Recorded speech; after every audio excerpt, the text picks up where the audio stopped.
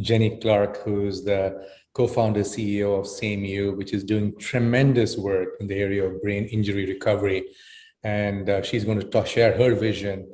And I also have my dear friend, mentor, collaborator, Dr. Deepak Chopra, who is really paving the way globally with well-being. But the new initiative we are co-founding is about bringing well-being into the metaverse. And we just announced our collaboration to really look at NFT for good and why we need to come together as a global community to raise awareness and champion brain injury recovery. So with that, Jenny, why don't you kind of maybe start the conversation with your vision for the world? Thank you. Thank you very much, Poonacha. So just a very quick summary. We care about this so passionately because of our personal lived experience. So lots of people know that while Emilia was filming Game of Thrones, she had 2 serious brain bleeds, one in the first season and then one 2 years later. She survived and she has thrived. And certainly as a close family, we saw that we were very, very fortunate and very rare. Sadly, we're not rare in having had the experience, the shattering traumatic experience of nearly losing somebody, particularly, a daughter, somebody in their early 20s. But it is such a big neglected issue because 155 million people globally are currently living with the consequences of brain injury. Now, whether that's a stroke, it could be a tumor, it could be a hemorrhage, an aneurysm, as Emilia had. So what we saw was that people don't even talk about it. And Emilia felt that there was tremendous stigma and actually the word shame, actual shame about people trying to get back to their lives once they'd had a brain injury, because it's actually very misunderstood and it's actually not even properly understood. And people think that people with a stroke is really only older people, and everybody has a perception of that. But what we're trying to do is to bring global awareness to the issue that is so huge that it is estimated that $800 billion each year is the cost to society worldwide by not taking care of the people after they've suffered their major traumas. So we're here to try and do our very little to join everybody else, collaborate with the leaders in the world, the leading clinicians, the wonderful researchers, people who really have experienced brain injury, and people like yourselves who really care passionately and understand that your brain is so complex, so individual. And when you've had a brain injury, you need to recover. So the customer view is that you need to recover your physical impairment or your cognitive problems. And nobody actually addresses the fact that brain injury happens to the whole person. So you can't just treat one element of what's happened to you. You have to provide holistic, long-term, individualized recovery care. Dr. Chopra, this is something, we talk about mental health, suicide prevention. I think we just finished a conversation earlier about the human brain. What's your reflection and your vision? You want to share your thoughts on this? First of all, it's a great honor to collaborate with Jenny and Emilia Clarke on this next adventure that we're embarking on, bringing awareness of brain health and brain injury to the world, and also raising funds for research and long-term research, but also how do we activate the research into practical outcomes. So just as an aside, when I was in medical school, we thought that the brain was pretty fixed as an organ, that brain neurons never recovered, that you could not create neurons, you could possibly create new synaptic connections. And we've come a long way. Now we know that every experience, every sensory input from sound, music, sensation, images, feelings, thoughts, all of them come together to actually sculpt the brain that we have. We are born with many more neurons than we need. And so our brain is constructed from our genes. But after that, every experience changes the brain. So we can say the brain is created by genes, but sculpted by experience. That experience could be, in the case of brain injury, something like rehab, which is very important and missing in a lot of people's lives. But now there are other neurotechnologies, including vagal stimulation, artificial intelligence, VR, what we call augmented reality. All these are coming together with very standard therapies. So we know that every experience can sculpt the brain in a certain direction, and that there are phenomena like neurogenesis, which means you actually create neurons that didn't exist before, and then synaptogenesis, you actually sculpt the connection between neurons to create a dynamic connectome in the brain. It's not just the number of cells, but what connects to what. So, Jenny said it has to be individualized, because yes, the brain of a pianist is different than the brain of a gymnast, or different than the brain of an actress.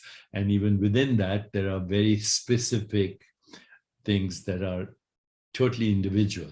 So I think the future of well-being, including the future of how we take care of the brain is very precise, very predictable, very personalized.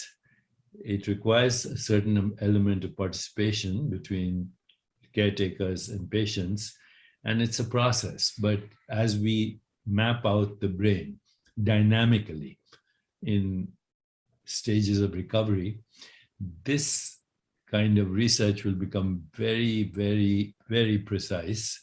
And I'm very optimistic that as we move forward, we'll be able to create healthy brains. We now also know that low-grade depression, low-grade anxiety, inflammation precede chronic illness by decades sometimes. And we can pick that up very early stages. But then when people have injuries like Amelia did, there are very precise ways to restore the connectome, restore synaptic interconnections, and actually generate neurons. This is the golden era of the brain. And I think if we really focus on healthy brains, ultimately we can hope to aspire anyway for a critical mass of human brains that create a more peaceful, just, sustainable, healthier, and joyful world. Right now, what we see out there as the world is pretty disastrous, and that's because our brains are conflicted. Even what we call the normal brain right now is sculpted by the hypnosis of social conditioning and old paradigms and conflict and polarization and politics and so on. But I think if we take a purely scientific approach in restoring brain health and combine it with all that we know about art, music, poetry, singing, all the things that actually stimulate a different part of our nervous system, the vagal nervous system, the parasympathetic nervous system, we can actually go beyond just restoring brain injury to peak performance and ultimately to peak living. That's my aspiration, and that's why I'm so grateful that we have this opportunity to take a real live example. Everyone knows who Amelia is, and so with her reach and her ecosystem, I think bringing awareness to not only brain injury and brain recovery, but peak performance and peak living, we can hope to create a different world. I mean, that's the biggest dream that Absolutely. one could have. It certainly is. It certainly is. Thank you, Deepak. I think really our collaboration with SameYou and Save Our Love is really about the community. I think when Jenny and we started talking, we said we really need to bring together community around this very important topic. So as we kind of look into creating with this metaverse for good, NFT being just one aspect of it, it's really about bringing awareness, creating a cohesive community. And SameYou is a young organization, but doing amazing work. Jenny, do you want to share some of the things? I know even through the pandemic, you've launched neuro rehabilitation using telemedicine. Do you want to share some of your cutting edge initiatives you're currently working on? Yes, that's great. But before I just do that, what I want to really make the point that why we've started the charity is not to talk about Emilia, but we were incredibly fortunate and aware that when we did launch, we had thousands and thousands of people write to us, and they told Emilia their story. And many of them, of these thousands, said it's the first time they felt able to talk to somebody, because Emilia telling her experiences in public has enabled them to feel better about themselves. So what I want to do first and foremost is to really see how to work with other people to galvanize voices from survivors and their carers, because these voices are currently unheard. They have no platform. And we hope that we can add an element of that to it. So working with you, this is one of the greatest honors and greatest opportunities to do that. So creating awareness, building brain injury recovery community and movement, we need to say, we can do better, demand better. If you've had a brain injury, you need to take some action. So we hope that with lots of other organizations, we can be a part of that. But we don't just want to create awareness, because it's so vitally needed now. Recovery and rehab, particularly in the pandemic, as you mentioned, there was not very much, people just couldn't go into people's homes and people couldn't come to clinics. So we worked with University College Hospital London and University College London.